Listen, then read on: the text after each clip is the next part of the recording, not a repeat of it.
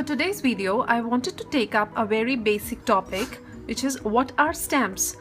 There are a lot of friends and relatives who keep asking me, like, how do I draw my flowers and images, whether it has been photocopied or did I carbon copy it. And when I tell them it is just stamping, they don't understand what I mean by it. So I want to talk about stamps in details today, and I hope it is a useful post. So let's begin. Starting with the two very basic ones. There are two types of stamps in the market. One are called the clear stamps and the other one are called cling stamps or the rubber stamps. The clear stamps are made with photopolymer, excellent quality photopolymer material, and they are very easy to store. And they don't take a lot of space, and you can just store them in a plastic sleeve and you're good to go. There are millions and millions of stamps in the world, and there's so many good companies who are making these gorgeous stamps and make all our projects so easy. So they come adhered into acetates, and this is how you just peel them up very carefully, and this is the stamp we want to talk about. So this is a stamp, and this is the smooth side of the stamp, and this is the etched side or the impression. So this is how it looks. So this is the clear stamp, very easy to store, and you can collect many varieties this way. The second one is the rubber stamp, and they also come in a compact packaging. This is the rubber stamp. So this is high quality rubber, red rubber, and they're just stuck within this, and we can just pop them out, and this is the stamp. So there is a lot of guessing work in this case because we can't see through, we can't see what and where are we stamping perfectly, but in this case we can easily see through the stamp, and this helps to perfectly align and get beautiful results. Whenever we want to use the rubber stamps, the cling stamps or the clear stamps, we have to mount them on a hard surface so that we can apply even pressure onto a paper. So there are two things which are used. These are the acrylic blocks which come in various sizes, and we can use them according to our purpose, and there are lots and lots of companies. Lawn Fawn is one of my favorites, and even Tim Holtz has beautiful sets of acrylic blocks. These are very thin, and they have a grid line here. They have a grid line which helps us to align and put up our stamps absolutely straight. So we have to mount these over the block, and it's always better to have a little bigger block so that the pressure can evenly be distributed. So this is the stamp, and the smooth side goes and sticks right here on the block, and we have mounted it. So now we can see through it. When we ink this portion, we can see it and stamp it. We can see through it and stamp it. Similarly, if we want to use our rubber stamps which already have a cushion, this is called the cling cushion, which is very soft and helps us to put even pressure and get good impression. We just peel this thing out and again stick it here. In this case, we can't see through anything, and we just have to do a little guesswork where we want to stamp. Though Stampin' Up, these stamps are by Stampin' Up, and they do provide this sheet where the impression of the stamp is there, and we can just try to match it so that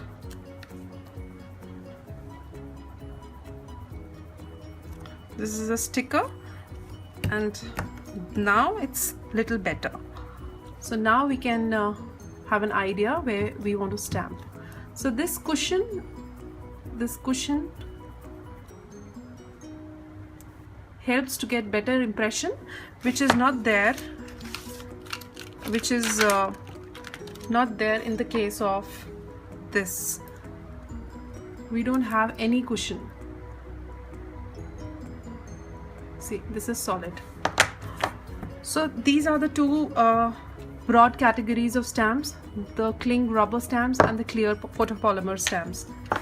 Now there are a few stamps in the industry which come unmounted. So I only get this rubber part in this packet, and it's really difficult for me to stamp it anywhere. So there is a very nice thing which is called Easy Mount, and this is a static cling mounting cushion. Easy Mount static cling mounting cushion. So we just take out one of the sheets.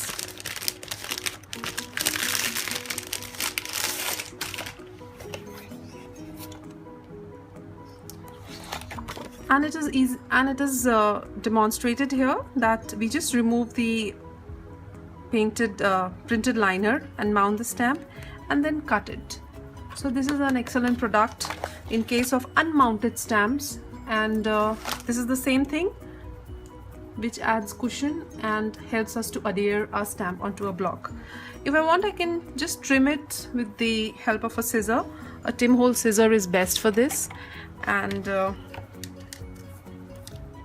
I can just cut it and take out these images very closely, or I need to ink the entire surface and then I can stamp it. There's another cling stamp option which is called the wood mounted stamps. These are the classics, and they are very popular with the old crafters, and this is said to give the best results and the best impressions. So this is a wooden block instead of an acrylic block, but everything else remains same. These are quite difficult to store, take a lot of space, and this one is a small one, but I have literally big huge wooden stamps also, which take a hell lot of a space and very difficult to store. So there's another stamp which I wanted to talk, which are called the background stamps.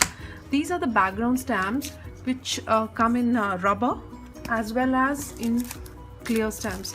So these are also very popular to create backgrounds, and it's simply amazing. We just ink the entire surface, and it's difficult for these big stamps to be adhered onto a block. So what I prefer is I keep it like this, and then I just place my paper over it. I just ink the entire surface and place my paper over it and rub my hand. This is the way I take the impression of these kind of stamps. This is all I wanted to talk about stamps. There are few like the border stamps. These would need a longer block, and they are readily available. And there is another one in the market which look like this. These are silicone stamps, very rarely found, and they are very soft foam. This is foam and this is silicone, so I guess they'll also be giving a very good impression. I just wanted to talk about a little DIY stamp. Let's get back to the origin of stamps, and I think it started like this. I created this stamp with a little foam. So craft foam is easily available in the market, and you can just take a little piece like this and draw whatever you want to. Maybe we'll just draw a square. I need a square. My daughter loves using these kind of stamps because she can make her own and use it the way she wants to. So I'm just trimming this thing with a scissor, and I can also use a designer scissor so that I can have a scalloped square or a pointy square. So this is my square stamp. I made a similar one with in the shape of a heart, and I've just used a little glue to stick it on my temporary glue to stick it on my block. So even this is going to give the similar impression, and a lot of fun for kids, absolutely delightful. So this is the ink pad. You just ink your stamp, your handmade stamp.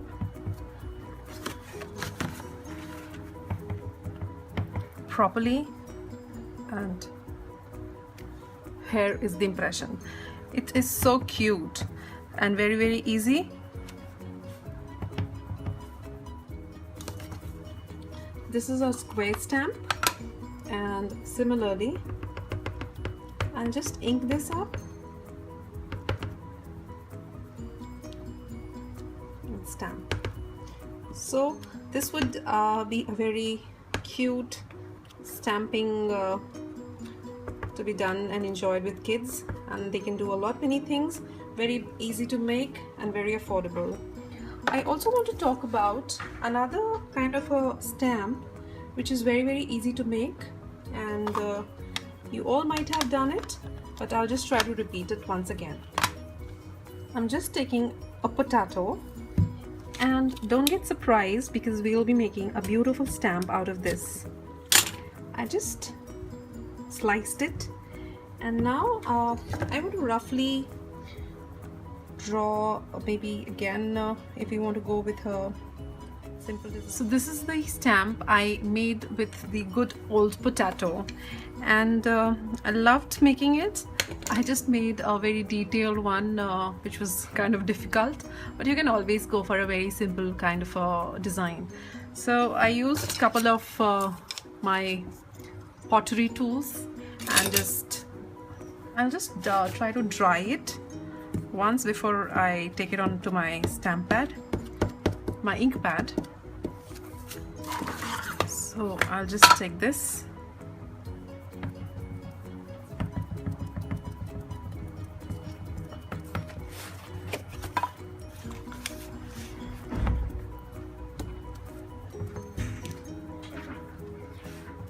So this is a very native, ancient kind of a design which has turned up, and looks good. I'll try to use another ink, and a nice background can be created, or it can be used by kids to make their own lovely designs. It's getting difficult for me to hold it, so maybe I'll just put a pencil. Yes, it's better. So this is the ancient stamp which we made, and now I have the last and the final one which I'll be making with some rubber bands. This is another DIY background stamp, and I'm just trying to place some rubber bands randomly onto an acrylic block, and this is a nice grungy kind of a background which is created by using this.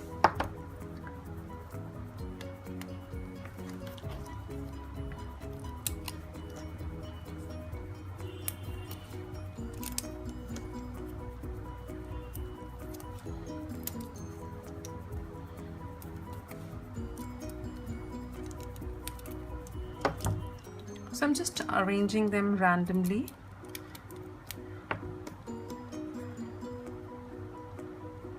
I'll just put some from the other way. And you can do whatever you feel like. So I've done this, and now I'll just stamp the rubbers with my ink pad and stamp. See what a cool background is created.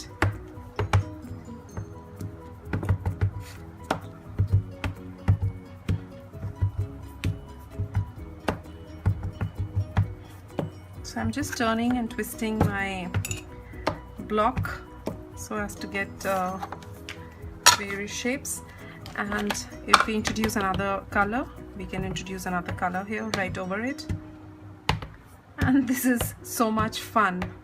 I just love this, and this can be a beautiful background for any card. So I hope you liked my video tutorial today, and I'm planning to do some more basic videos in future. Thanks for watching. See you soon.